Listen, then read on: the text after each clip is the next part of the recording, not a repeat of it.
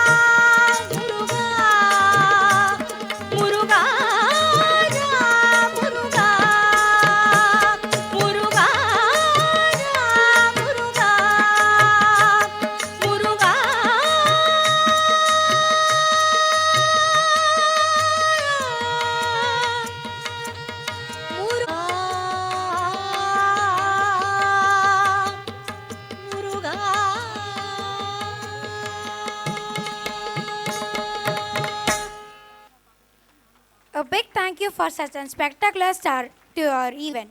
Your performance has indeed radiated a warm welcome to everyone present here. Our welcome dance is more than just art unfolding on stage. It is a heartfelt expression of our joy. Now, without any further ado, let's create an environment of rhythm, grace, and harmony. Please put your hands together as I invite our shining stars of our school, the Vibrant Kids KG performers on the stage.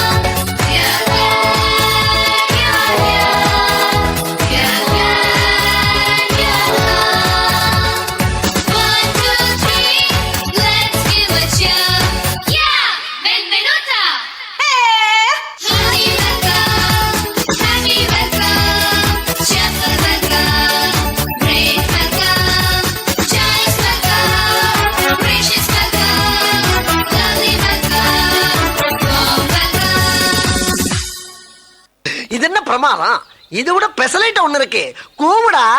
நான் எல்லாம் அமெரிக்காவில scientist மத்தியில வாயில பைப்பை வச்சுட்டு think பண்ண வேண்டியவன் இந்த remote வில்லேஜ்ல வந்து மாட்டிக்கிட்டேன். டென்ஷன் ஆகாதீங்கண்ணே. Less tension more work, more work less tension.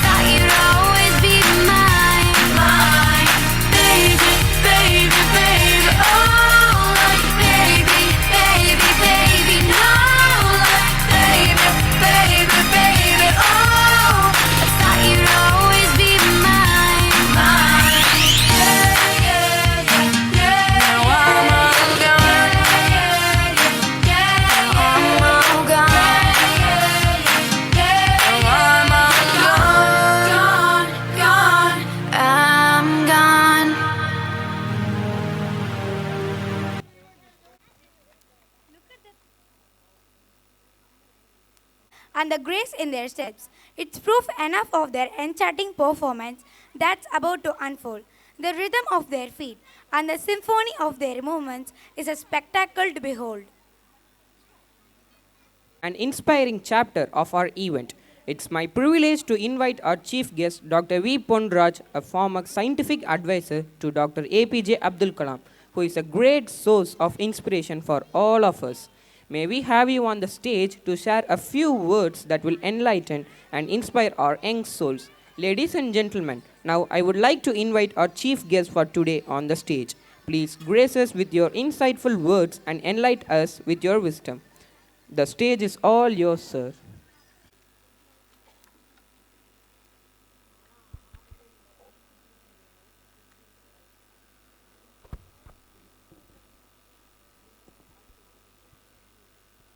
அன்பு நண்பர்களே, உங்கள் அனைவருக்கும் மாலை வணக்கம். I'm really delighted to participate in the annual day celebration of Sri Sabari National School, CBSE, Karyabatti. My greetings to Chairman Thiru R. Devaraj sir. Vanakkam sir. My greetings to CEO Mr. D. Manihandan, vanakkam, and Mrs. Manihandan, vanakkam. My greetings to the Secretary, Mr. D. Sabarinathan, vanakkam, and Mrs. Sabarinathan, vanakkam. And my greetings to D. Balamurugan, Director, vanakkam, and Mrs. Balamurugan, vanakkam. My greetings to the Principal. My greeting to Mrs. R. Devaraj. ஏன்னா அவங்க தான் இவங்க எல்லாத்துக்கும் பின்னணியில் இருக்காங்க. அவங்களுக்கு வணக்கம். My greetings to the principal, the teachers, staff, and the parents and the students. My greetings to every one of you. வாழ்த்துக்கள். உங்கள் அனைவருக்கும் வணக்கம். உங்களெல்லாம் இன்றைக்கி வந்து காரியாபட்டியில் சந்திப்பது மிக்க மகிழ்ச்சி. இந்த நிகழ்ச்சி உண்மையிலேயே நான் அடிக்கடி இந்த பக்கம் போகிறப்ப பார்ப்பேன். பட் ஆனால் எனக்கு 9 வருடமாக இந்த பள்ளி நடந்து கொண்டிருப்பதுன்னு தெரியாது. ஏதோ ஒரு பள்ளி இருக்குதுன்னு தெரியும். பட் ஆனால் சபரி என்ற பள்ளி 8 ஆண்டுகள் வெற்றிகரமாக முடித்து 9ஆம் ஆண்டில் அடியெடுத்து வைத்து 9வது ஆனுவல் டே செலிப்ரேஷன் கொண்டாடி கொண்டிருக்கக்கூடிய இந்த பள்ளிக்கு எனது மனமார்ந்த நல்வாழ்த்துக்களை உங்கள் கரகோஷத்தின் மூலமாக தெரிவித்துக் கொள்கிறேன். இங்கே வந்த உடனே ஒரு குத்துவிளக்கு ஏற்றினோம். நான், சேர்மன், மற்ற மேனேஜ்மெண்ட் எல்லோரும் சேர்ந்து. இந்த குத்துவிளக்கு சிறப்பாக எரியணும் அப்படின்னா அதுக்கு என்ன வேணும்? மாணவர்கள்ட்ட நான் கேட்டால் பதில் உடனே வரும். எனக்கு எல்லாம் பேரண்ட்ஸாக இருக்கீங்க. குத்துவிளக்கு சிறப்பாக எரியணும் அப்படின்னா 3 விஷயங்கள் வேணும். ஒன்று வந்து இந்த குத்துவிளக்கு நீங்கள் பார்த்துருக்கீங்க, காணும் போயிடுச்சு அது. ஓகே, குத்துவிளக்கு வந்து சிறப்பாக எரியணும்னா முதலில் எண்ணெய் வேண்டும், 2வது திரி வேண்டும், 3வது தீ வேண்டும். இந்த 3ஐயும் நீங்கள் வேகமாக சொல்லுங்கள் பெற்றோர்கள். எண்ணெய் வேண்டும், திரி வேண்டும், தீ வேண்டும். நீங்கள் வேகமாக சொல்லுங்கள் பாப்போம். சொல்லி பாருங்கள். எண்ணெய் சொல்லுங்கள். எண்ணெய், திரி, தீ சொல்லுங்கள். வேகமாக சொல்லுங்கள். எண்ணெய் திருத்தி அறிவு தீபம் ஏற்றிய. ரைட். எண்ணெய் திருத்தி அறிவு தீபம் ஏற்றிய. இப்போ எண்ணெய் திருத்தி அறிவு தீபம் ஏற்றிய இந்த பள்ளி யாரை திருத்தி அறிவு தீபம் ஏற்றது? உங்கள் குழந்தைகளை. கரெக்ட். உங்கள் குழந்தைகள் தான் வெண்மையான மாசு மறுவற்ற வெண்மையான திரியை போன்றவர்கள் உங்கள் குழந்தைங்க. இந்த குழந்தைங்களை இப்படிப்பட்ட சிபிஎஸ்சி பள்ளியில், அதுவும் காரியாபட்டியில் படிக்க வைத்து அவர்களது கனவுகளை, லட்சியங்களை வென்றெடுப்பதற்காக உங்களை எண்ணெயாக உருக்கி கொண்ட பெற்றோர்களாகிய நீங்கள் தான் அந்த எண்ணெய். உங்களுக்கு நீங்களே கைதட்டிக்கிறேன். நீங்கள் தான் அந்த எண்ணெய். சரி, 2 போதுமா? எண்ணெயும் திரி இருந்தால் போதுமா? என்ன வேணும்? தீ வேணும். அப்போ இந்த எண்ணெயும் திரியையும் தங்களது அறிவு தீவை பற்ற வைத்து தங்களை தீயாக மாற்றிக்கொண்ட ஆசிரியர்கள் தான் அந்த தீ. அந்த ஆசிரியர்களுக்கு நல்லா கைதட்டுங்க பாப்பா. அந்த ஆசிரியர்கள் தான் அந்த தீ. இந்த 3 இருந்தால் போதுமா? விளக்குன்னு ஒன்று வேணும். அந்த விளக்கத்தான் உருவாக்கி இருக்கிறார் இந்த சந்திரம்புளியங்குளத்திலிருந்து வந்த ஒரு சாதாரண விவசாயி திரு தேவராஜன் அவர்கள். அவர் தான் உருவாக்கியிருக்கார். தன் வாழ்க்கையில் 7 கிலோமீட்டர் நடந்து கதையாவட்டிக்கு வந்து படித்து, தூக்குவாளியில் கஞ்சி ஊற்றிட்டு வந்து, பஸ் இல்லை அந்த காலத்தில். அவர் இன்றைக்கி தான் எனக்கு தெரியும். மேபி நான் 20-25 வருஷம் 30 வருஷமாக இந்த பக்கம் இல்லாதனால எனக்கு தெரியாது அவர். ஆனால் இந்த பகுதியில் இருக்கக்கூடிய மக்களுக்கெல்லாம் நன்றாக அறிமுகமானவர். 7 கிலோமீட்டர் நடந்து வந்து படித்த உழைப்பால் உயர்ந்த உத்தமர் அவர். தன் உழைப்பால் உயர்ந்து நேர்மையும் நாணயத்தையும் கடைபிடித்து மற்றவர்களுக்கு நல்லது செய்ய வேண்டும் என்ற எண்ணத்தை மனதிலே கொண்டு அதற்கேற்ப பணம் சம்பாதிப்பது 2வது. பட் ஆனால் குழந்தைகளை, நல்ல குழந்தைகளை சம்பாதித்து அவர்களுக்கு அந்த பொறுப்பை கொடுத்து இன்றைக்கு இப்படிப்பட்ட ஒரு பள்ளியை உருவாக்கி இருக்கிறார் என்று சொன்னால் அந்த விளக்கு தான் அவர் உருவாக்கிய அந்த பள்ளி. நல்லா கைதட்டுங்க அவருக்காக குடும்பத்திற்காக. ஏன்னா ஒரு சின்ன எத்தனையோ பேர் நம்ம இந்த பக்கம் நீங்கள் பார்த்துருப்பீங்க, எத்தனையோ பேர் பெரிய பணக்காரர்கள்லாம் இருக்காங்க. பல்வேறு துறைகளில் சம்பாதித்த பணக்காரர்கள் இருக்கிறார்கள். வியாபாரத்தில், தொழிலில், அரசியலில் எத்தனையோ பேர் சம்பாதித்தாலும் ஒரு கல்வி நிறுவனத்தை உருவாக்கி அந்த நிறுவனத்தின் மூலமாக வருங்கால இளைய தலைவர்களை உருவாக்க வேண்டும் என்ற எண்ணம் அந்த விவசாயிக்கு வந்ததனால்தான் இந்த பள்ளி இங்கே உருவாகியிருக்கு. கரெக்ட்? இல்லைன்னா இந்த ஆப்பர்ச்சுனிட்டி கிடைக்குமா? கிடைப்பதுக்கு வாய்ப்பில்லை. அதை உருவாக்கியிருக்கார். உண்மையிலே அவரை நாம் பாராட்ட வேண்டும். வாழ்த்துக்கள் சார். உங்களுக்கும் உங்கள் குடும்பத்தாருக்கும் அனைவருக்கும் வாழ்த்துக்கள். இந்த ஒரு வாய்ப்பு கிடச்சிருக்கு. நான் எங்கள் ஊர் தோணுகால் தான் எங்கள் ஊர். நான் அங்கேருந்து தான் படித்தேன். நான் தோணுகால் பள்ளியில் படித்து விருதுநகரில் போய், எங்கள் அப்பா விருதுநகரில் ஒர்க் பண்ணார், போலீஸாக ஒர்க் பண்ணார். அதனால் விருதுநகரில் போய் படித்தேன் நான். அப்போ என்னுடைய மேக்சிமம் கனவு என்னென்னா, மல்லாங்கனார் ஐயனார் மில்லில் சூப்பர்வைசராக போயிடணுன்றது தான் என்னுடைய கனவு, மேக்சிமம் கனவு. ஏன்னா எல்லோரும் வேலைக்கு போவாங்க. நான் சின்ன பிள்ளையில் பஞ்சம், இந்த ஏரியாவில் ஃபுல்லாக பஞ்சம். எல்லோரும் நைட்டு 2 மணி 10 மணிக்கு சைக்கிள் எடுத்து போய் மற்ற மாவட்டத்திலேருந்து அரிசி கொண்டாட முடியாது, இங்கே இந்த மாவட்டத்துக்கு வர முடியாது. இப்போ அரிசி எங்கெல்லாம் கிடைக்குது, தஞ்சாவூர் வரைக்கும் போய் அரிசி எடுத்துகிட்டு டோல்கேட்டெல்லாம் போலீஸ் எல்லாம் தாண்டி அரிசி போடுவாங்க. அரிசி வேணும் அப்படின்னா அப்போல்லாம் கம்பு, கேழ்வரகு, கேப்பை இதுதான். அப்படிப்பட்ட ஒரு சூழல் தான் 1970s. அப்படிப்பட்ட காலத்தில் இட்லி, தோசை, கறி எடுக்கணும் அப்படின்னா தை பொங்கல், தீபாவளி இந்த மாதிரி தான் சாப்பிட முடியும். அப்படிப்பட்ட நேரம் எல்லாம் நீங்களாம் அவங்களாம் அனுபவப்பட்டிருப்பீங்க, பெரியவங்களுக்கெல்லாம் தெரியும் அது. அப்படிப்பட்ட காலம். அந்த காலத்தில் மதிய உணவு போட்டு அதுக்கப்புறம் எம்ஜிஆர் வந்த பிறகு தான் எங்கள் வீட்டில் லைட்டு குண்டு பல்பு கிடச்சது. இல்லைன்னா அரிக்கன் லைட்டு தான். எம்ஜிஆர் வந்த பிறகு தான் இலவச குண்டு பல்பு கிடச்சது எங்கள் ஊரில். அதை வைத்து தான் படித்தேன் நான். அப்போ மேக்சிமம் கனவு எனக்கு என்ன அப்படின்னா, எல்லோரும் மில்லு வேலைக்கு கூலி ஆட்களாக போகிறாங்க, நம்ம எப்படியாவது 10th படித்து டெக்ஸ்டைல் டிப்ளமோ படித்து எப்படியாவது சூப்பர்வைசர் ஆயிடணுன்றதான் என்னுடைய கனவாக இருந்தது. அதுதான் மேக்சிமம் கனவு. எங்கள் ஊரில் டெய்லி காலையில் குளிக்க போவோம் கம்மாக்கரைக்கு. கம்மாயில் போய் குளிச்சுட்டு தண்ணி அப்போ ஃபுல்லாக இருக்கும். இப்போ தான் 30 வருஷம் கழித்து இப்போ தான் தண்ணியே வந்திருக்கு. இல்லைன்னா அப்போ கம்மாயில் எப்போயும் தண்ணி கிடைக்கும். போய் குளிக்க போகும்போதும் எங்கள் ஊரில் பொதுக்கன் டீ கடைன்னு ஒரு டீ கடை இருக்குது.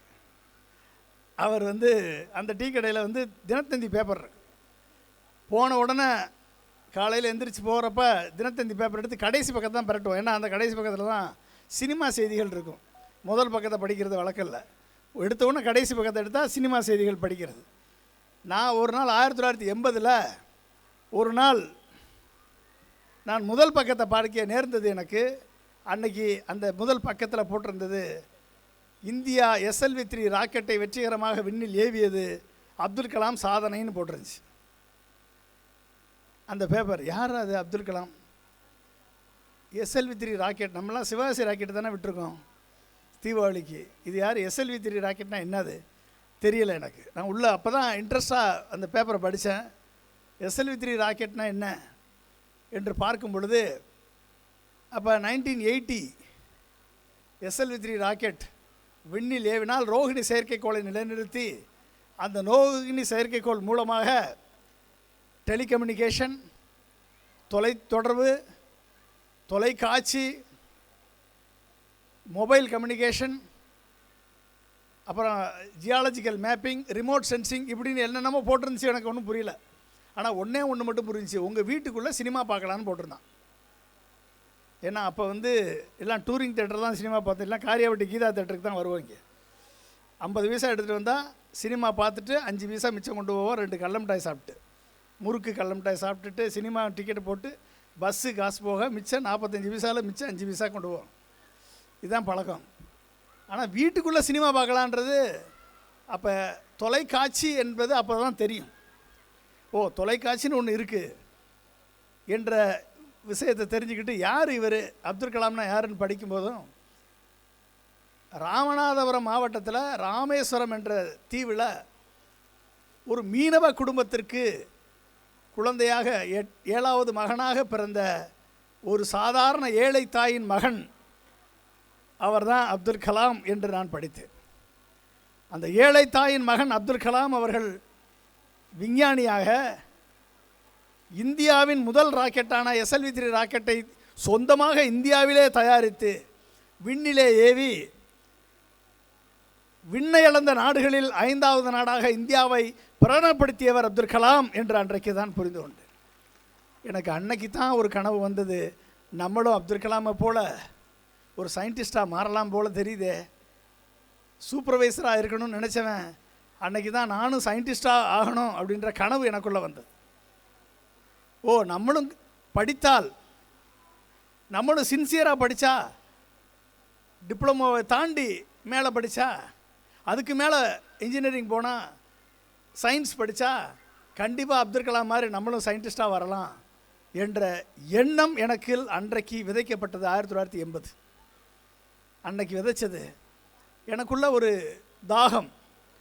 வெறும் சூப்பர்வைசர் ஆகணும்னு நினச்சி கொண்டிருந்த நானும் அப்துல் கலாம் மாதிரி ஒரு நாள் சயின்டிஸ்ட் ஆகணும், ஒரு நாளைக்காவது அப்துல் கலாமை பார்க்க வேண்டும் என்ற கனவு எனக்கு அன்னைக்கு விதைக்கப்பட்டது. ஒரு சின்ன பொறி, ஒரு சிறு பொறி தான் அது.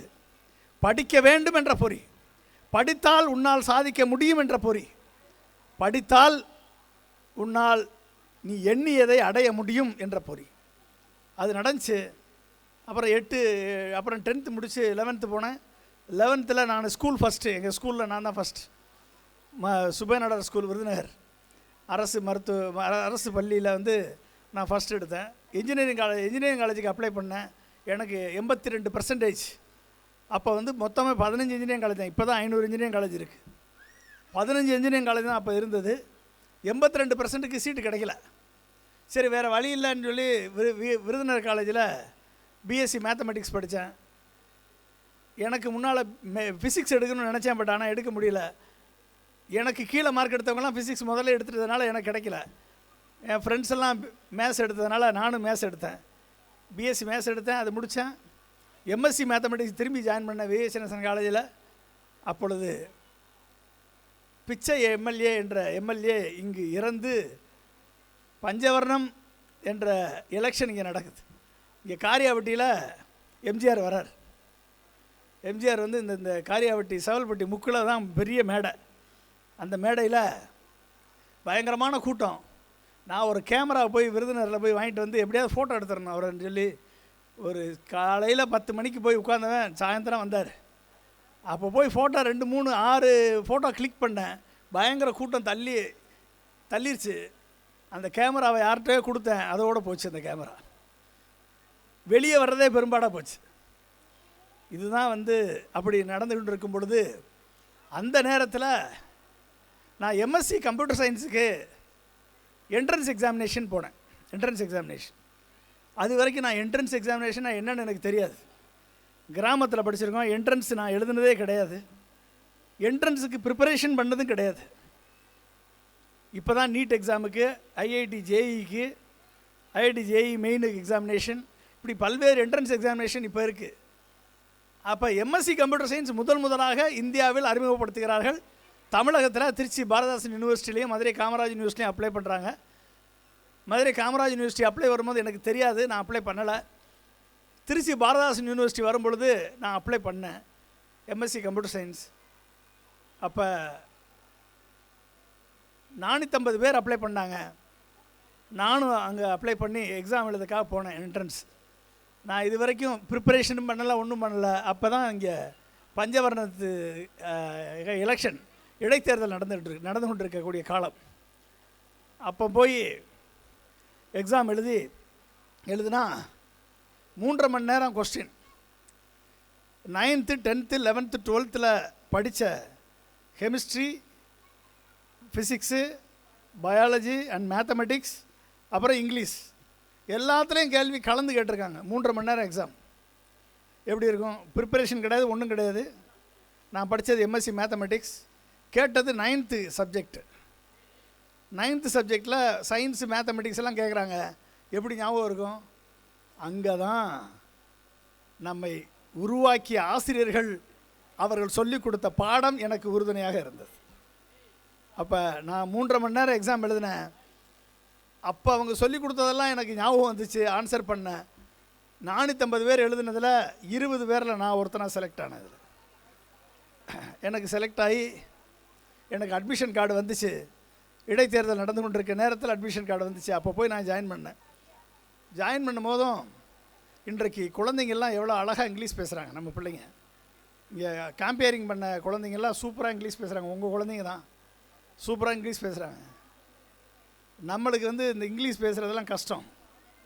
கிராமத்துலேருந்து போயிருக்கோம். ஆங்கிலம் பேசுவது அவ்வளோ எளிதல்ல. பிஎஸ்சி முடிச்சுட்டு எம்எஸ்சி போகிறேன். ஆங்கிலம் பேச முடியல, புரியலை. ஆங்கிலம் பேசினா புரியலை. வைஸ் சான்சலர் ஞானம்னு ஒருத்தர் அவர் தான் இந்த கோர்ஸை தொடங்கி வைக்கிறார். தொடங்கி வைத்து ஆங்கிலத்தில் 15 நிமிஷம் உரையாற்றார். ஒன்றுமே புரியலை, துப்புரா ஒன்றும் புரியல. ஏன்னா ஆந்தி செம்ம எங்கே வேணாலும் போட்டு மார்க் போடுறேன்னு சொல்லி தான் நான் பல வந்திருக்கேன். ஓகே, வேறு எதுவும் தெரியாது. ஆஸ் ஐ ஆம் suffering from fever, I am unable to attend the class. இதுக்கு மேலே வேறு எதுவும் தெரியாது, எழுத தெரியாது. எப்போ இன்றைக்கி இந்த பிள்ளைங்க படிக்கிறாங்களே, 10th படிக்கிற பிள்ளைங்க தான் எவ்வளோ அழகாக ஆங்கிலம் பேசுகிறாங்க. உங்கள் குழந்தைங்க இந்த வாய்ப்பு எங்களுக்கு கிடையாது. இப்படி கற்றுக்கொள்ளக்கூடிய வாய்ப்பு அங்கே இன்றைக்கி கிடைக்கல. இந்த வாய்ப்பு இன்றைக்கி காரியாபட்டியில் கிடைக்கிது. காரியாபட்டி சுற்றுப்புற மக்களுக்கு அந்த வாய்ப்பு கிடைச்சிருக்கு. அப்படின்னா அதற்கு காரணம் திரு தேவராஜ் அவர்களது உழைப்பு அவங்களுக்கு கிடச்சிருக்கு. ஸோ அப்படிப்பட்ட ஒரு சூழலில் நான் அன்றைக்கு தான் முடிவு பண்ணேன், ஆங்கிலம் படித்தாக வேண்டும் என்று முடிவு எடுத்து ஹிந்து பேப்பர் எடுத்து நைட்டு 3 மணி வரைக்கும் முடித்து படிப்பேன். 12 மணிக்கு மேலே தான் ஹிந்து பேப்பர் எடுத்து படிப்பேன். ஏன்னா யாராவது பார்த்தா ஒரு மாதிரியாக சொல்லுவாங்கன்னு சொல்லி எழுதி எழுதி எழுதி எழுதி படித்து அன்றைக்கு முழித்தேன் 3 மணி வரைக்கும். இன்றைக்கு வரைக்கும் 2 மணி வரைக்கும் தான் முழிச்சிட்ருக்கேன் நான். அப்படி சூழல். நண்பர்களே, நீங்கள் அப்படி படித்து ஆங்கிலத்தை படித்து பேச பழகி எல்லாம் செஞ்சு இன்றைக்கு அப்துல் கலாம் அவர்களோடு இணைந்து 2000 ஸ்பீச்சஸ் ஆங்கிலத்தில் ப்ரிப்பேர் பண்ண, ஆங்கிலத்தில் புக் எழுதக்கூடிய வாய்ப்பு எனக்கு கிடைச்சது. காரணம் உழைப்பு, படிப்பு, படிக்க வேண்டும் என்ற எண்ணம், வாய்ப்பு. சரி, இப்படியே போயிட்டே இருக்கு. கனவு கண்டோம். 15 ஆண்டுகளுக்கு பின்பு அதுக்கப்புறம் நான் இந்தியன் இன்ஸ்டியூட் ஆஃப் சயின்ஸ் பெங்களூரில் போய் சயின்டிஃபிக் அசிஸ்டண்ட்டாக ஜாயின் பண்ணேன். 2 இயர்ஸ் ஒர்க் பண்ணேன். அப்புறம் மதுரை காமராஜ் யூனிவர்சிட்டியில் ஜூனியர் இன்ஃபர்மேஷன் சயின்டிஸ்ட்டாக ஒர்க் பண்ணேன் 5 இயர்ஸ். அப்புறம் அங்கேருந்து ministry of defence aeronautical development agency, ministry of defence பெங்களூரில் போய் சயின்டிஸ்ட்டாக ஜாயின் பண்ணேன். நான் எனக்கு ஜாயின் பண்ண பிறகு தான், அது வரைக்கும் தெரியாது, பெங்களூரில் ஒரு நாள், இது ரவுண்டான பில்டிங், அது கண்ணாடியாக இருக்கும், சுற்றி கண்ணாடியாக இருக்கும். நாங்கள் உட்காந்து ஒர்க் பண்ணிகிட்டு இருக்கப்போ ஒரு நாள் திடீர்னு ஒரே செக்யூரிட்டி கார்டெல்லாம் பயங்கரமாக வந்தாங்க, ஒரே போலீஸ் வேன் வந்தது. திடீர்னு வந்து ஒருத்தர் வந்து காரில் வந்து இறங்கினார். கதவு துறை இறங்கினா அப்துல் கலாம் இறங்குறார். எனக்கு பார்த்த உடனே ஒரே ஆச்சரியம், அப்துல் கலாம் வந்துட்டார், நம்ம 15 ஆண்டுகளுக்கு முன்பு அவரை பார்க்கணும்னு நினச்சோம், இன்றைக்கி நம்ம ஆஃபீஸ்க்கே வந்திருக்காரு அப்படின்னு சொல்லி நான் வேகமாக வெளியே போனால் கேட்டில் செக்யூரிட்டி போகக்கூடாது. அவர் வெளியே மேலே ஆஃபீஸ் போன பிறகு தான் வெளியே வரணும், யாரும் வெளியே போகக்கூடாதுட்டாங்க. எனக்கு எப்படி இவர் இங்கே எதுக்கு இங்கே வந்திருக்காரு அப்படின்னு, எதுக்கு வந்திருக்காரா, அவர் தான் இதுக்கே சீஃப் அப்படின்னாங்க. அப்போ தான் டிஆர்டிஓக்கு, ஏரோநாட்டிக்கல் டெவலப்மெண்ட் ஏஜென்சிக்கு அவர் தான் டைரக்டர் ஜெனரல், அவர் தான் நம்மளுக்கு சீஃப் என்று சொன்னார்கள். எனக்கு உடனே எல்லையில்லா சந்தோஷம், அவரை பார்க்கணும் அப்படின்னு நினச்சேன். அன்றைக்கி பார்க்க முடியல. 17 நவம்பர் 1995, 17th நவம்பர் என்னுடைய பிறந்தநாள். அன்னைக்கு முதல் முறையாக LCA லைட் கம்பேட் ஏர்கிராஃப்ட், அதாவது போர் விமானம்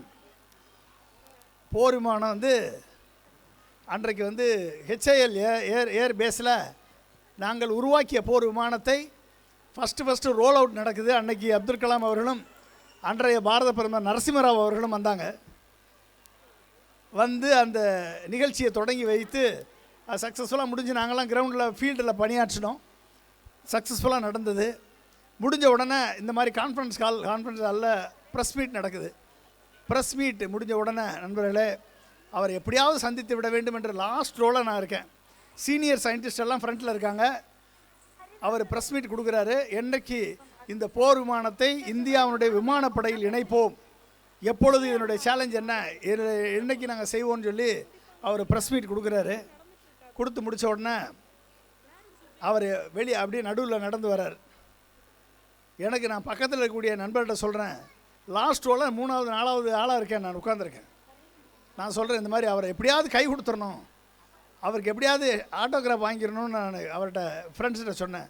அவர் சொன்ன, விளாட்றியா நீ, எத்தனை பேர் சீனியர் சயின்டிஸ்ட் எல்லாம் கையை கட்டிட்டு நிற்கிறாங்கல்ல அமைதியா, நீ இன்றைக்கி வந்து இப்போ தான் ஜாயின் பண்ணியிருக்க, நீ வந்து அவர்கிட்ட கை கொடுக்கணும்னு நினைக்கிறியா, உன்னை பேசாமல் இதெல்லாம் பண்ணாத, அலோவ் பண்ண மாட்டாங்க, அப்படி ஏதாவது பண்ணேன்னா உன் மேலே ஆக்ஷன் எடுப்பாங்கன்னு சொன்னார். எனக்கு வந்து ஒரு 15 வருட கனவு அது, எப்படியாவது அவரை பார்க்க வேண்டும். சரி என்ன பண்ணுறது, பக்கத்தில் இருந்தால் கூட நம்மளே கையை நீட்டிடலாம். 4வது ரோவில் இருக்கேன், அவர் பக்கத்தில் அப்படியே நடுவில் நடந்து வராரு, எல்லோரும் அமைதியாக இருக்காங்க. கடைசி கிட்ட வரும்போதும் நான் வந்து அது பெங்களூர் கர்நாடகா, நான் வந்து சார் வணக்கம் சார்னு தமிழில் சொன்னேன். டக்குன்னு நின்னார். தமிழ்நாடா அப்படின்னார். Yes sir. எந்த ஊர் அப்படின்னார். தோணுகால் சார், விருதுநகர் மாவட்டம் தோணுகால் அப்படின்னு. நான் வந்து ராமநாதபுரம் மாவட்டம் ராமேஸ்வரம் அப்படின்னு என்கிட்ட சொன்னார் அவர். திரும்பி தெரியும் சார். தெரிஞ்சோன்னே வாட் இஸ் யுவர் விஷன் அப்படின்னாரு என்னைய டக்குன்னு. எனக்கு விஷன்னா அன்றைக்கி வந்து அர்த்தம் தெரியல. எப்போ MSc கம்ப்யூட்டர் சயின்ஸ் முடித்து நான் வந்து சயின்டிஸ்டாக ஜாயின் பண்ண பிறகு விஷன்னா என்ன பார்வையை பற்றி கேட்குறாரு அப்படின்னு சொல்லி எனக்கு அர்த்தம் தெரியல. அப்படியே குழம்பி நின்னேன். சரி நம்ம பயலுக்கு தெரியல அப்படின்னு சொல்லிட்டு, உன் லட்சியம் என்னன்னு கேட்டார். ஓ விஷன்னா லட்சியம்னு ஒரு வார்த்தை இருக்குது, ஆன்சர் இருக்குன்னு அன்றைக்கி தான் தெரியும் எனக்கு. உன் லட்சியம் என்னன்னு கேட்டார். உங்களை பார்க்குறதா சார் லட்சியம். 15 ஆண்டு கால லட்சியம் சார் உங்களை பார்க்குறது. கை கொடுக்கலாமா சார்? கொடு தான் பார்த்துட்டியா கை கொடுனாரு. கை கொடுத்தேன். கை கொடுத்தவுடன் அவர் கேட்டார், வாட் இஸ் யுவர் விஷன் திரும்பி கேட்டார். தென் உடனே சுதாரிச்சிட்டு, sir building design and development of the light combat aircraft Tejas அப்படின்னு. அப்போ தேஜஸ்ன்னு பேர் கிடையாது, லைட் கம்பேட் ஏர்கிராஃப்ட் LCA. அது organisation vision. What is your vision அப்படின்னார். ஓ லட்சியம் என்னன்னு கேட்டார். எனக்கு என்னென்னு சொல்ல தெரியல. உடனே நான் வந்து அப்படி முடித்த உடனே சொன்னார், இந்தியா சேட்டலைட் துறையில் ராக்கெட் துறையில் தன்னிறைவு அடைந்து விட்டோம். தன்னிறைவு அடைய வைத்தது அவர் தான். SLV 3 ராக்கெட்டை ஏவியது அவர். அதுக்கடுத்து இன்றைக்கி GSLV 3 வரைக்கும், Mark 3 வரைக்கும், SLV 3, ASLV, PSLV, GSLV, Mark 1, Mark 2, Mark 3 நிலவிலே தண்ணீர் இருப்பதை கண்டறிந்த முதல் நாடு இந்தியா. மங்கள்யானுக்கு, செவ்வாய் கிரகத்திற்கு மங்கள்யான் அனுப்பி முதல் முயற்சியில் வெற்றி பெற்ற முதல் நாடு இந்தியா. நிலவிலே கால்பதித்த 4வது நாடு இந்தியா. சவுத் போலில் முதல் தரையிறங்கிய நாடு இந்தியா. இத்தனை சாதனை சரித்திரங்களையும் படைத்தது இந்தியா. இதற்கு அடித்தளமிட்டவர் அப்துல் கலாம். அவர் சொன்னார், நீங்கள் இதில் நம்ம தன்னிறைவு அடைந்து விட்டோம், சுயசார்பை அடைந்து விட்டோம். ஏவுகணை துறையில் அக்னி, பிருத்திவி, ஆகாஷ், நாக், பிரம்மோஸ் இத்தனை ஏவுகணைகளையும் உருவாக்கி கண்டம் விட்டு கண்டம் பாய்ந்து தாக்கக்கூடிய ஏவுகணைகளை உருவாக்கி இந்தியாவின் மேல் இன்றைக்கி பாருங்கள், உக்ரைனில் ரஷ்யா ஏவுகணை தாக்குதல் நடத்துது, பாலஸ்தீனத்தில் இஸ்ரேல் ஏவுகணை தாக்குதல் நடத்துது. இத்தனை தாக்குதல் நடத்தி அந்த நாடுகள் அமைதியை இழந்து தவித்து கொண்டிருக்கிறது. இந்தியாவின் மேல் எந்த நாடும் ஏவுகணை எண்ண அதில் அணுகுண்டே வைத்து ஏவினாலும் சரி, அதை விண்ணிலேயே தாக்கி அளிக்கக்கூடிய வல்லமை பெற்ற நாடாக இந்தியாவை மாற்றி காண்பிப்பேன் என்று சொல்லி மாற்றி காண்பித்தவர் அப்துல் கலாம் அவர்கள். அதிலேயே நம்ம தன்னிறைவு அடைந்து விட்டோம். அட்டாமிக் எனர்ஜி, இந்தியா அணுசக்தி வல்லமை பெற்ற நாடாக இந்தியா மாறிவிட்டது. இந்தியா அணுசக்தி மின்சாரத்தை உற்பத்தி பண்ணக்கூடிய நாடாக மாறிவிட்டது. ஆனால் ஒரே ஒரு துறையில் இன்னமும் நாம் வெளிநாட்டினுடைய தொழில்நுட்பத்தை சார்ந்து இருக்கிறோம், அதுதான் போர் விமான துறை. இந்த துறையில் நீ செய்யக்கூடிய பணி தற்சார்பை எட்டக்கூடிய பணியாக இருக்க வேண்டும் என்று அவர் அன்றைக்கு எனக்குள் ஒரு லட்சிய விதையை விதைத்தார். ஆனால் அன்று அவர் விதைத்த விதை அடுத்த 20 ஆண்டுகள் அவருடனே பணியாற்றுவேன் என்று எனக்கு தெரியாது. அடுத்த 20 ஆண்டுகள் அவருடனே பணியாற்றி கார்கில் யுத்தத்திற்கும் மற்றும் பல்வேறு பணிகள், இதெல்லாம் சொன்ன நேரம் ஆகும். எத்தனையோ பணிகள் அவரோட 20 ஆண்டு காலம் அவரோடு பணியாற்றக்கூடிய வாய்ப்பு கிடைத்தது. இன்றைக்கு இந்தியா சொந்தமாக தயாரித்த தேஜஸ் ஏர்கிராஃப்டில் பிரதமர் மோடி அவர்கள் சக்ஸஸ்ஃபுல்லாக பறந்துட்டு வந்தார். 170 ஏர்கிராஃப்ட் இன்றைக்கு இந்தியாவின் ஏர்ஃபோர்ஸில் இன்றைக்கு சேர்க்கப்பட்டிருக்கிறது. காரணம் அன்றைக்கு அவர் போட்ட விதை. அவர் நண்பர்களே, ஒரு சாதாரண மீனவ குடும்பத்தில் பிறந்து வந்த ஒரு மாணவனின் கனவு நனவாகும். ஒரு சாதாரண கிராமத்தில் பிறந்து தோணுகாலிலே பிறந்து வந்த என் கனவு நனவாகும் என்று சொன்னால் உங்கள் குழந்தைகளின் கனவு நனவாகுமா ஆகாதா? கண்டிப்பாக. அவர்களுக்கு ஆப்பர்ச்சுனிட்டியை நீங்கள் கிரியேட் பண்ணி கொடுத்தீங்கன்னா, அவர்களுக்கான திறமைகளை கண்டறிந்து அவர்களை ஊக்கப்படுத்தினீர்கள் என்று சொன்னால் கண்டிப்பாக அதாகும். அப்துல் கலாம் சார் அடிக்கடி சொல்லுவார், ஒரு ஆசிரியர் என்பவர் பாடம் எடுப்பவர் ஆசிரியர். ஆனால் ஒவ்வொரு மாணவனுக்குள்ளும் மாணவிக்குள்ளும் இருக்கக்கூடிய திறமைகளை கண்டறிந்து அந்த திறமைகளை வெளியே யார் எடுக்கிறார்களோ அவர்தான் கிரேட் டீச்சர் என்று சொல்வார். அவர்தான் கிரேட் டீச்சர். ஆனால் இன்னொரு டீச்சர் இருக்கார். அந்த டீச்சர் யார் அப்படின்னா, தனது நடையால், தனது செயலால், தனது வார்த்தையால், தனது பிஹேவியரால், தனது பழக்க வழக்கங்களால் இந்த டீச்சரை போல் நாம் இருக்க வேண்டும், இந்த டீச்சரை போல் நான் மாற வேண்டும் என்றைக்கு எந்த ஒரு மாணவன் நினைக்கிறானோ அந்த டீச்சர் தான் இன்ஸ்பிரேஷனல் டீச்சர் என்று சொல்வார்கள். Inspirational teacher.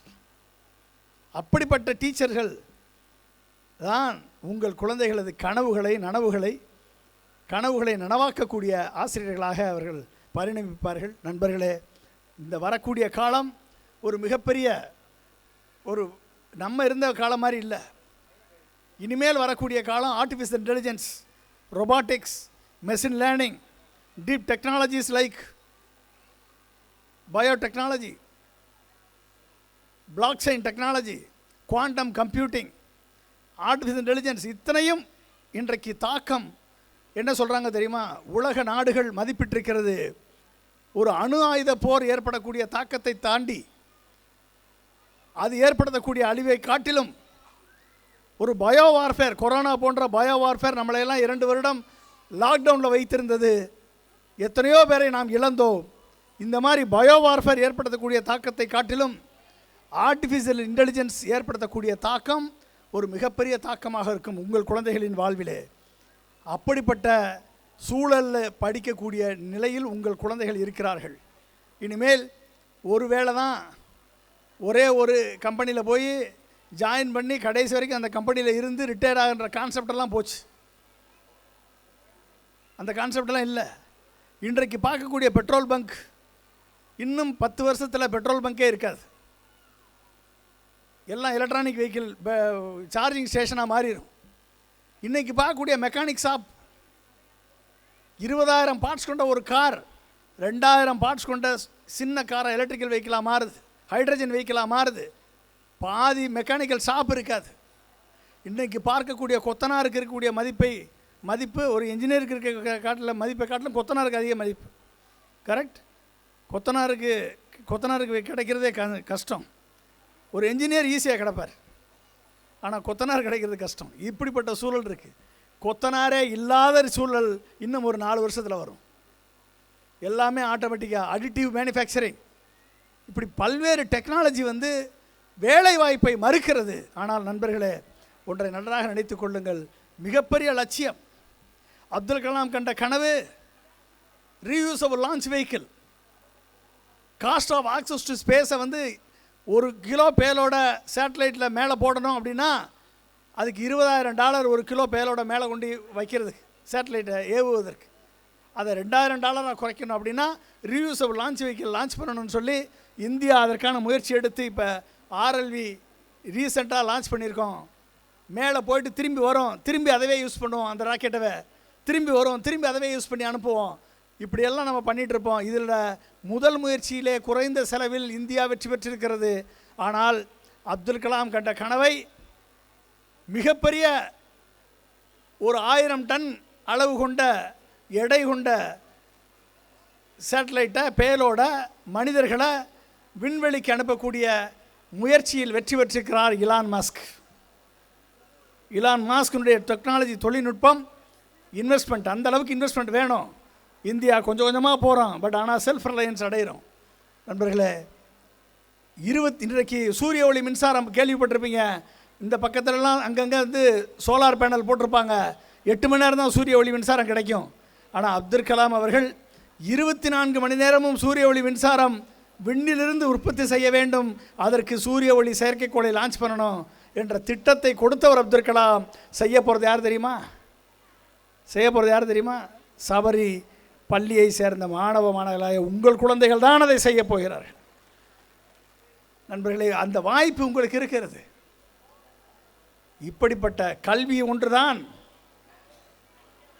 படிப்பு ஒன்றுதான், லட்சியம் ஒன்றுதான் உங்கள் குழந்தைகளை அந்த நிலைக்கு எடுத்து செல்லும். அதற்கான வாய்ப்பு பிளாட்ஃபார்ம் இங்கே இருக்குது. சூரிய ஒளி மின்சாரத்தை உருவாக்குவது 2050 நிலக்கரி இருக்காது, ஆயில் இருக்காது, கேஸ் இருக்காது, எதுவும் இருக்காது. நிலக்கரி இருக்காது, ஆயில் இருக்காது, கேஸ் இருக்காதுன்னா பஸ்ஸு பெட்ரோலில் ஓடாது, டீசலில் ஓடாது, டீசல் கிடைக்காது. நிலக்கரி இருக்காது, பாதி 80% மின்சாரம் நிலக்கரி தான் வருது. இது இல்லை என்று சொன்னால் நிலைமை என்ன என்று சிந்தித்து பாருங்கள். அதற்கு தான் Abdul Kalam energy independence vision 2030 என்ற திட்டத்தை கொடுத்தார். அந்த மிகப்பெரிய திட்டத்தை கொடுத்தவர் அப்துல் கலாம். செய்ய போகிறது யார்?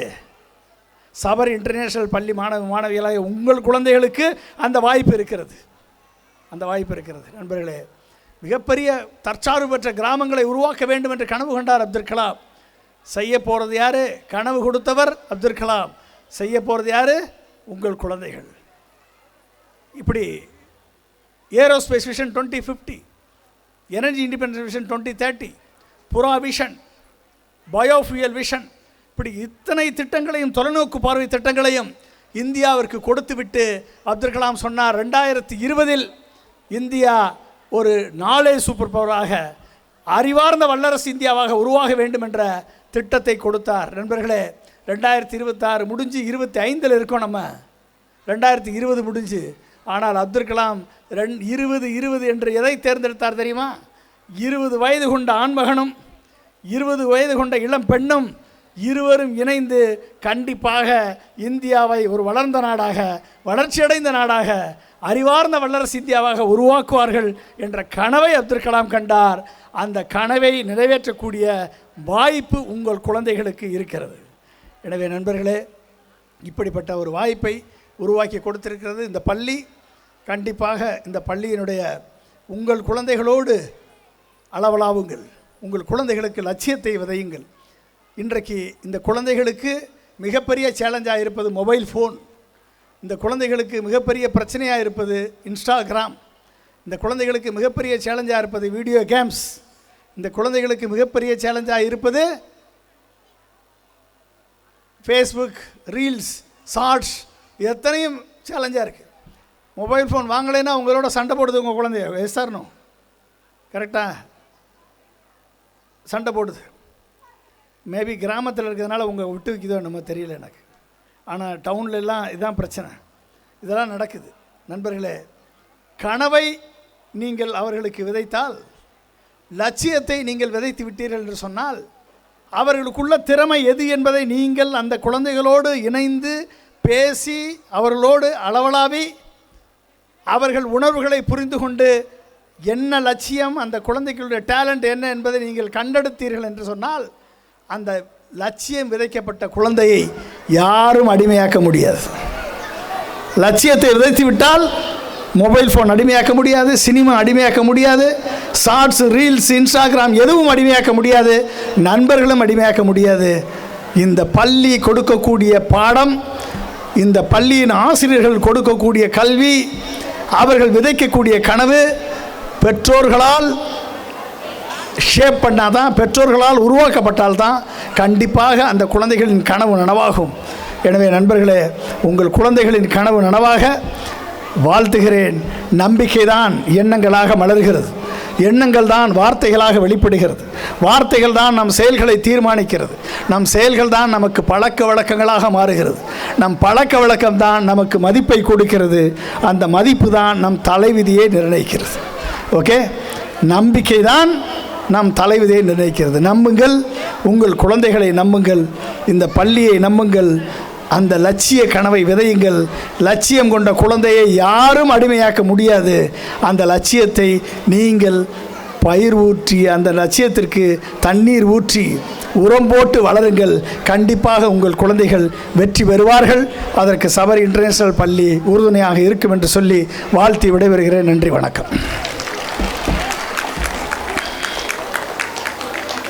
Address, you have set a perfect platform for our school.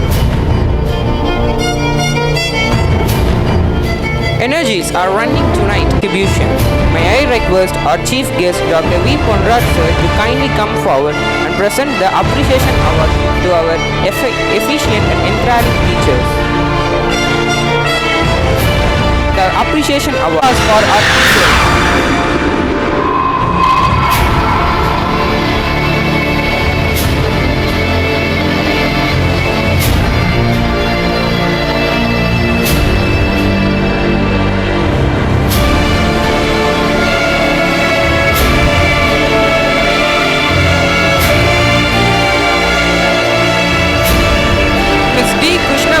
Academic Head and the class teacher of grade 8.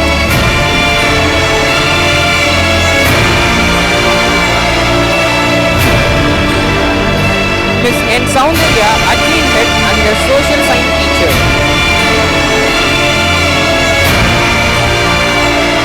Mr. J. Paul Edwin Moses, Event Head and the class teacher of grade 10.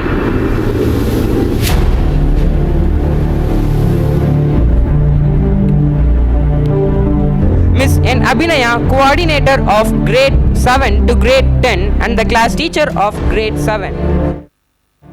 Mr. S. Rajabandi, coordinator of grade 4 to grade 6 and the class teacher of grade 5. Miss Shanti, coordinator of grade 1 to 3 and the class teacher of grade 4.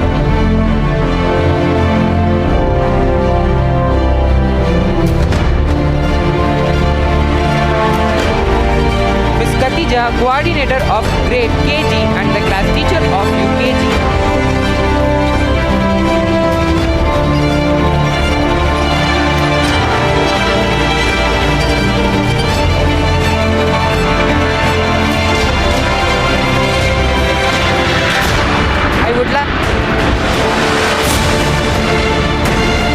I would like to announce the Best Performer Award, and it goes to none other than Mrs. Sophia, our Tamil teacher.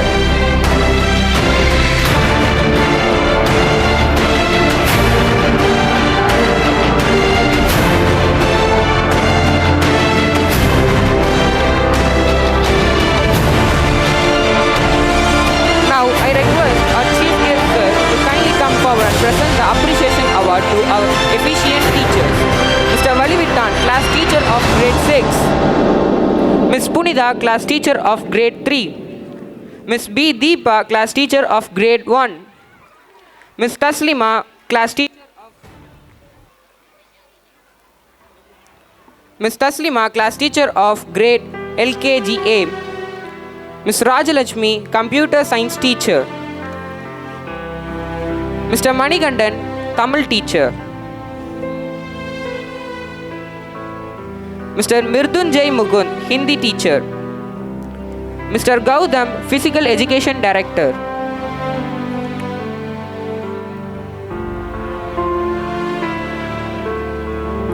Ms. Suganya, class teacher of LKGB.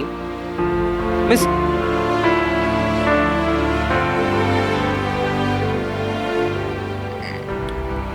Devarani, class teacher of pre-KG. Mr. Abhishek, our librarian.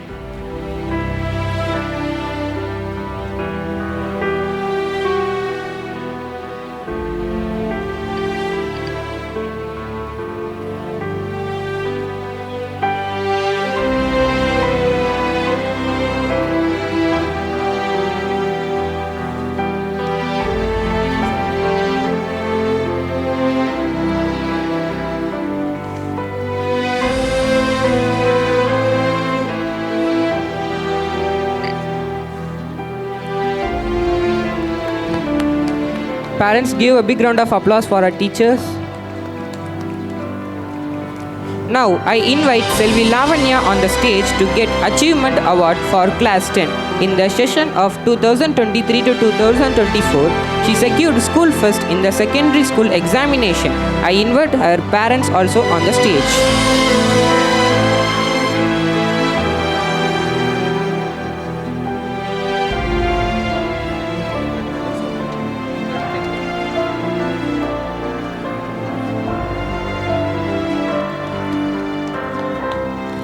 What an exhilarating evening it has been, celebrating achievements and looking ahead to the new possibilities. Thank you, sir, for distributing the prizes.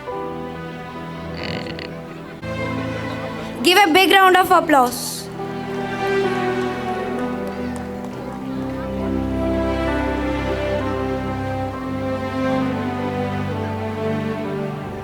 Siddharth Yan from grade UKG.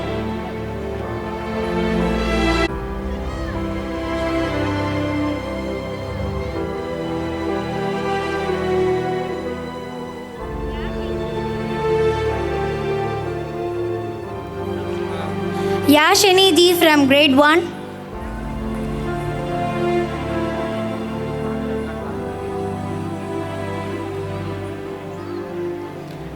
Jnanashree Ji from grade 2.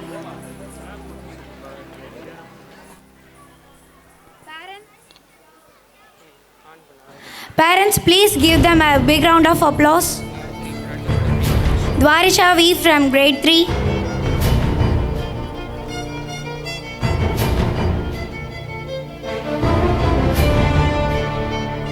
Varshana S from grade 4.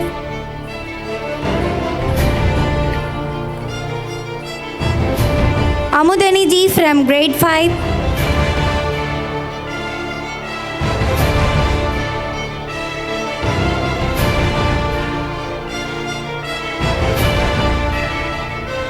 Balram Sasdit P from grade 6.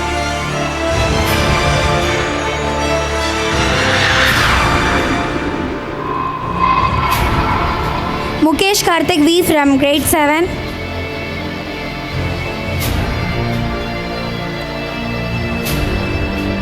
Bhuvaneshwari S from grade 8.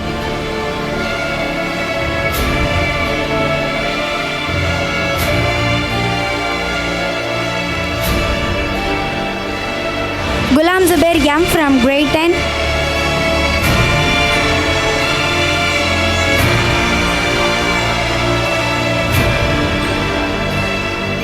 Now, I'm going to announce the 100% academic goes to Paul Jones from grade 5. I invite his parents also on the stage.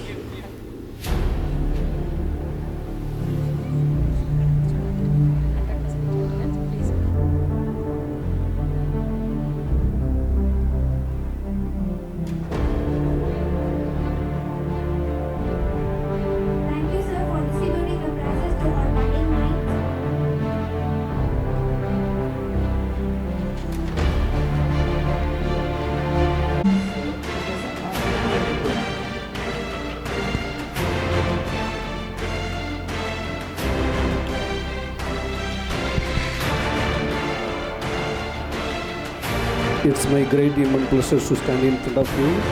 First of all, I would like to invite all of you, respected Honorable Chief Guest, Dr. V. Ponrai, scientist, former scientific advisor to Dr. A.P.J. Abdul Kalam.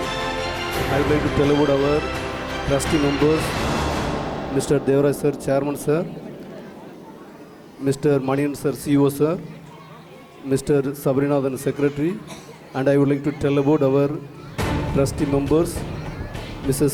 Bhuma Devi Madam, Sabrinathan sir, Secretary sir, Director Balamuran sir, and our all family members, beloved parents, teachers. I heartily welcome you one and all present here. It's my great immense pleasure. I feel really honored to present the 9th annual sports annual report of Sri Sabri National School for the academic year 2024-25. First and foremost, I would like to thank Almighty God for all blessings showered upon us. I am indeed honored to have this opportunity to present before you consistent upward of GRAP School's achievements, and I would like to thank each one of you for being significant for this tremendous journey. The annual report showcases the achievements and tremendous of our school undoubtedly. We have always been committed to create an environment in the school which helps the young minds to blossom and provide a platform for individual thinking and holistic development of child's personality. We set stands and goals for ourselves and strive to achieve them in the area of academics, sports, discipline, leadership quality, and etc. The school infrastructure plays a key role and supports the teaching learning process. I would like to highlight our school facility, library, maths laboratory, science laboratory, computer laboratory, audio visual room, e-boards in classroom, security measures, CCTV, neat and clean atmosphere and infrastructure. I request all the parents and teachers and students, please kindly listen my words. So please don't discuss among yourself. After report you can proceed, no problem. Teachers. Next I would like to tell about academics. Learning gives creativity, creativity leads to thinking, thinking provides knowledge, and knowledge makes you great. None of these achievements would have been possible without the single-minded commitment and dedicated care of our teachers. New trends in academic pursuit were set, various study plans were worked out, continuous assessment, adopting new teaching methodologies, smart board teaching, motivating peer group learning, team teaching, special intensive coaching classes, challenging assignments for high scorers, regular feedback to parents, counseling and constant monitoring formed an integral part of our study plan. As a teachers, also learners, our teachers stay updating themselves by attending workshops and various training programs to enhance their skills, which is organized by Mrs. Krishnamal, Academic Head. Staff enrichment. The school facilitates the participation of teaching faculty in wide range of workshops, seminars, in-service training program to enhance the knowledge of their subject and keep them abreast with changing paradigms in education. The teachers of the school participate in over 15 programs to sharpen their competency and adapt to the new teaching methodologies. Academic events. Teachers and students are recognized for their academic excellence, which can motivate them to strive for academic performance. Clubs. Schools today are all about providing holistic education that perfectly balances academic and co-curricular activities. It is one of the reasons behind the growing popularity of school clubs. It is more than just a place where students of various age groups spend time with each other, learning and honoring their talents. Not all learning happens in the classroom. In fact, many life skills are learned in school clubs in our school. We have Eco Club, Art and Craft, Cookery. Extracurricular activities are such as karate, silambam, classical dance, chess, carom, yoga, skating, boxing, and from next year cricket will be implemented. Parents Orientation Program was held on 26th June 2024 and second Parents Orientation Program was held on 5th October 2024.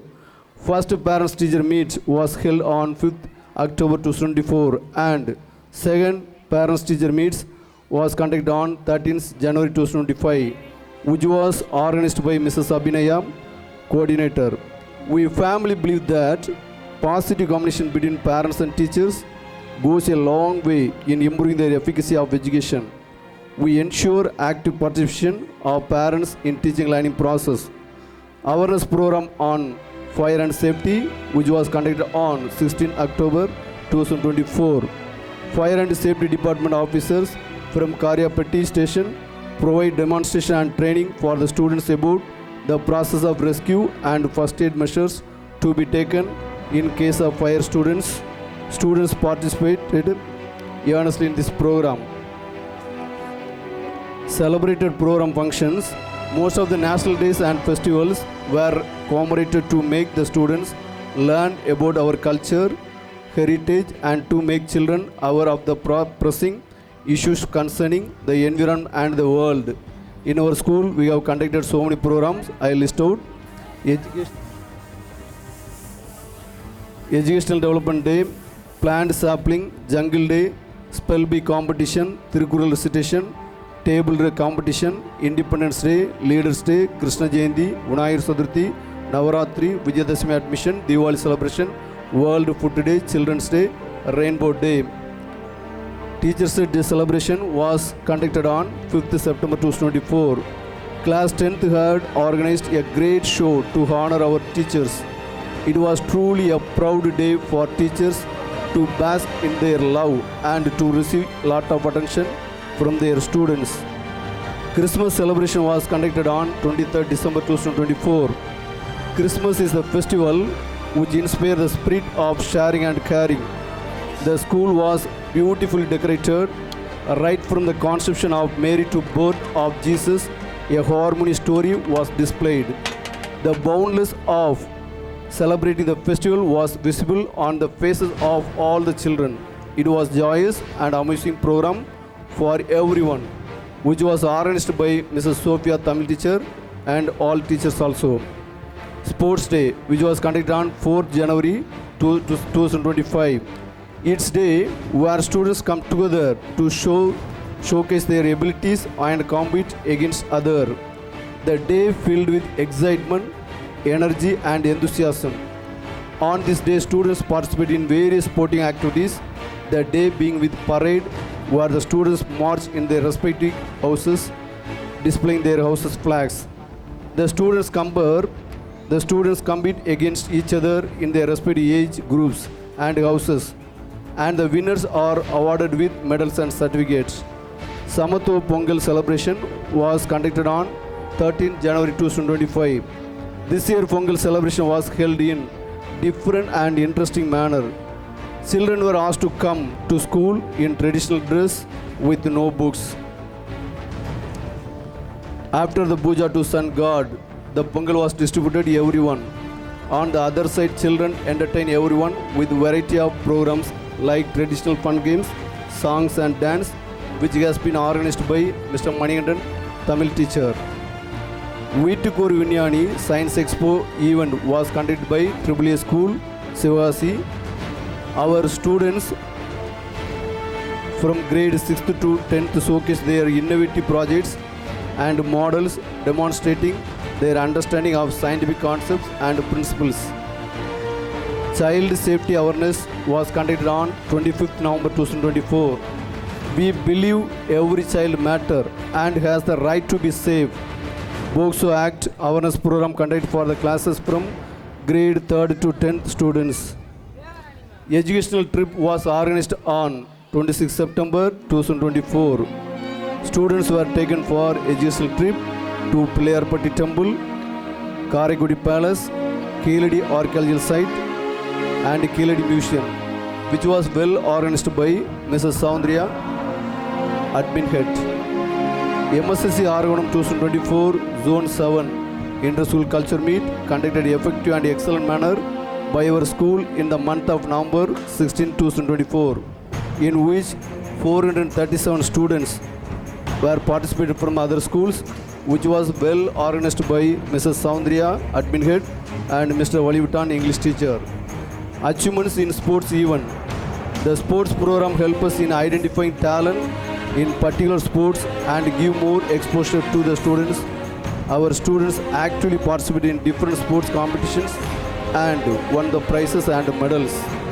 I would like to tell about some games: Kho-Kho, Karate, Yoga, athletic meets, and chess.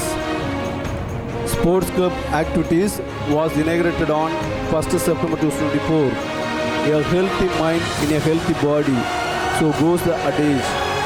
Sports club activities play such a vital role in the character formation of every student. Involvement in sports on campus is something like that seems inevitable for highly potential benefits to students. Recognizing the importance of sports and fitness for the physical as well as mental well-being of students, the campus has an assortment of facilities and equipment covering the entire spectrum of sports. Many essential life skills like sportsmanship, discipline, hard work are inculcated in the students through these activities. I would like to tell about upcoming programs. We have planned to conduct Science Day on 28th February 2025 and Convention Day on 17th March 2025. We have planned to conduct Ramjan on 28th March 2025. I would like to tell about Science Expo. Our institution planned to organize the science exhibition, which will lead the students showcase static and working models, which can be used for learning various scientific concepts for children of any age group.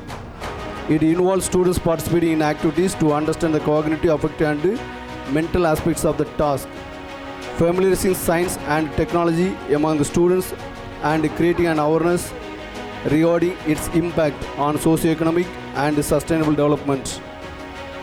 Future planning program list. We have planned to implement next academic year, conduct zonal-wise karate tournament and conduct zonal-wise Silamam tournament, capacity building program.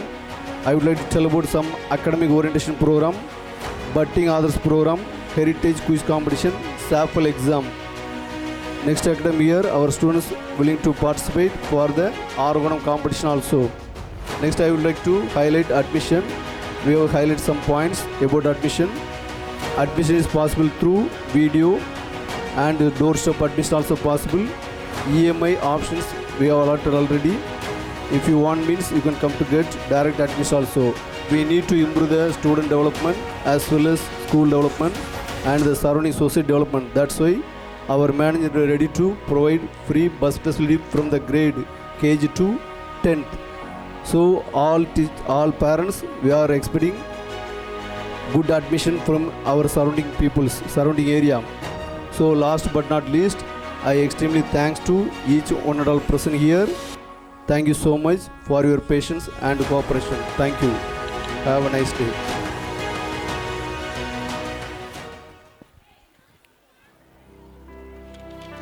Thank you, sir, for sharing our achievements.